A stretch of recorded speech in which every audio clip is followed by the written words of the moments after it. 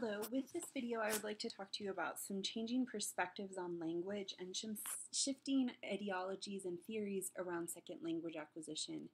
This is actually a really exciting time in the field of bilingualism and multilingualism and language development and second language acquisition, as some of our traditional views, even around what language is, are being questioned, and some of the traditional theories around second language acquisition are also being questioned. And so I wanted to share with you some of these shifting perspectives, as I think they illustrate some really important things for classroom teachers.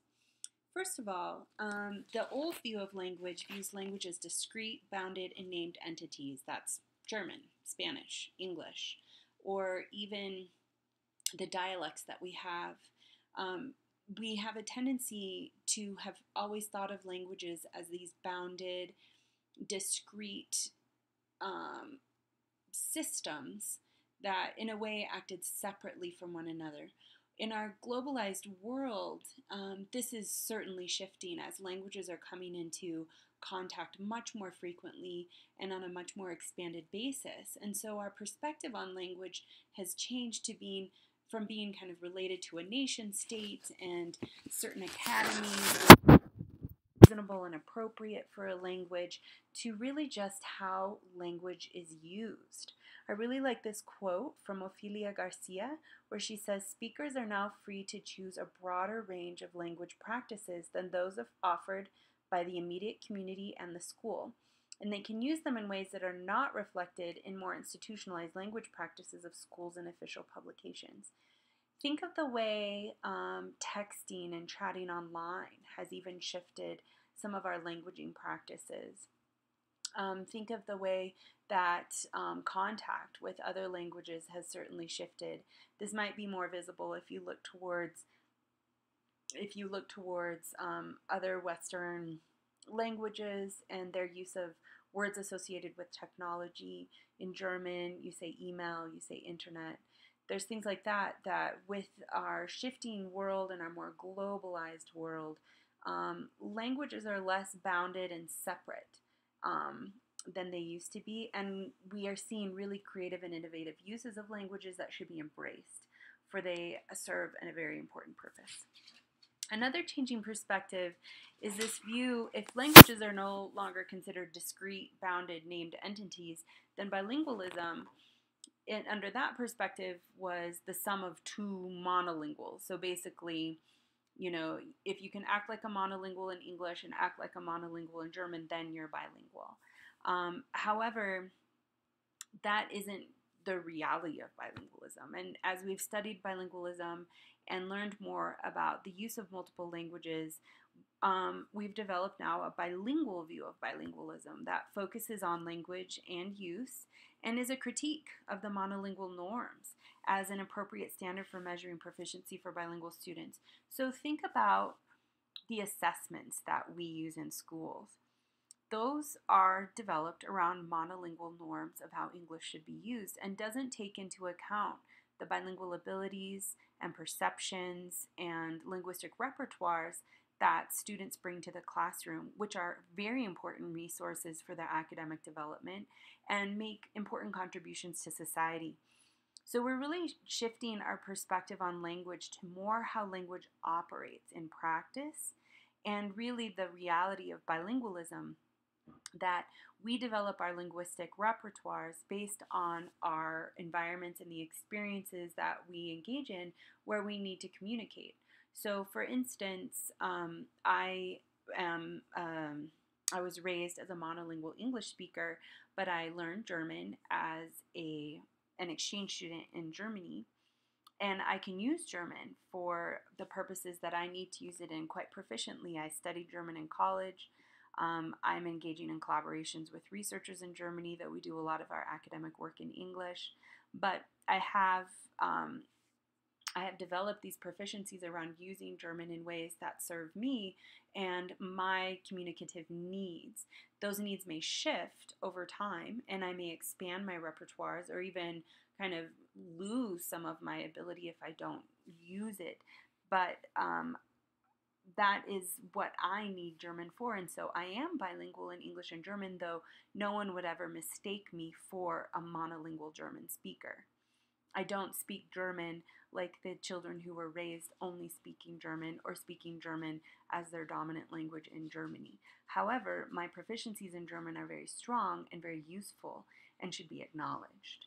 In the same, I'm also learning Spanish. I married into a Spanish speaking family, and I have a very particular need for Spanish in my life. It's not in academic context, it's to communicate with my mother and father in law.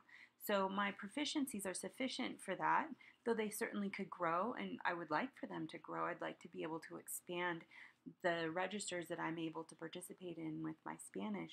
But what I can do and how I do use language in my life right now is a response to the communities I engage in, is a response to the communicative needs that I have. And so it isn't that I look like semi-lingual in certain languages, which is a very negative term that's been used in the past, but I am a proficient user of multiple registers and multiple linguistic repertoires in various communities and for various communicative purposes.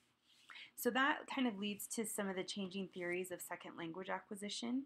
So if you look at this question, and these ideas are based on a book chapter that I am sharing with you in the module from my colleague Luis Posa. It just came out. So if you want to read more about any of this, it's an excellent chapter to look at.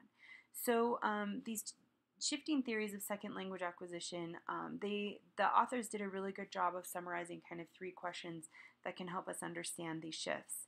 So what it is that needs to be acquired in second language acquisition? Well, from an old school kind of mainstream perspective, which is very cognitivist, it's an internal linguistic system, a set of structures and forms. Whereas the new kind of more alternative perspective that's more socially oriented and focused on social processes, it focuses on the ability to use language for a variety of authentic communicative purposes. So that's kind of like what I was describing with my own multilingualism. The second question, how are second language acquired? Well, if you look at the mainstream cognitive perspective and talk about second language acquisition as individual cognitive process where learners advance in similar ways.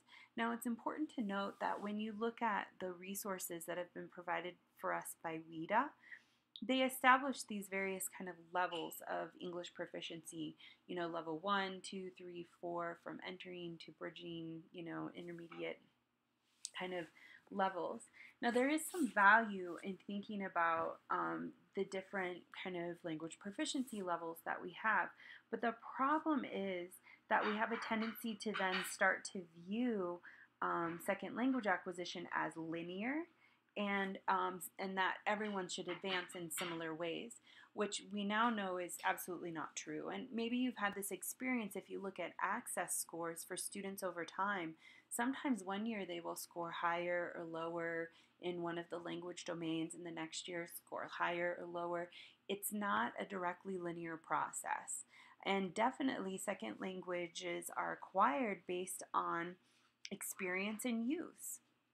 It's not a linear process, and it's variable for each individual based on their experience and use. And so I think this is a really important reason for the kind of pedagogy that we are developing through these modules, because we're creating great experiences and awesome opportunities for students to use language to expand their linguistic repertoires and language registers. So the final question, what is the end state of second language acquisition?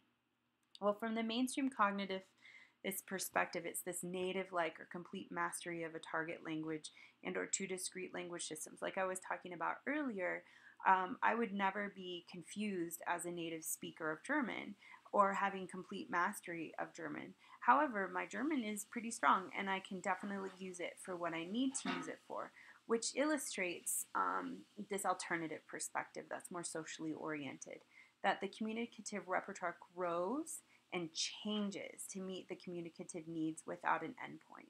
And so my German proficiencies are always going to shift according to the ways that I'm using German, and same with Spanish.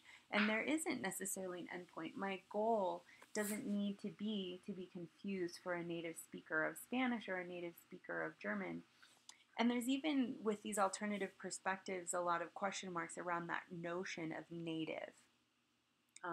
Because many people in the world actually grow up with multiple languages simultaneously and or may have different language experiences where they may start out their life predominantly speaking one language, but then become a dominant speaker of another. So there's a lot of really exciting shifting perspectives that are encapsulated here. But as you can see, the socially oriented perspectives are really a strong argument for the kind of pedagogy that we're going to be engaging with in these modules. It's a sociocultural pedagogy that really creates environments where experience is offered for authentic communicative purposes, and students can grow their communicative repertoire in authentic and meaningful ways in your classroom. So thank you for listening to this, and as I said, if you would like to read further about this, I've left the article, and there's a lot of exciting things that we can explore in these that will be available as if you would like to continue learning through graduate level work and things like that. Thank you.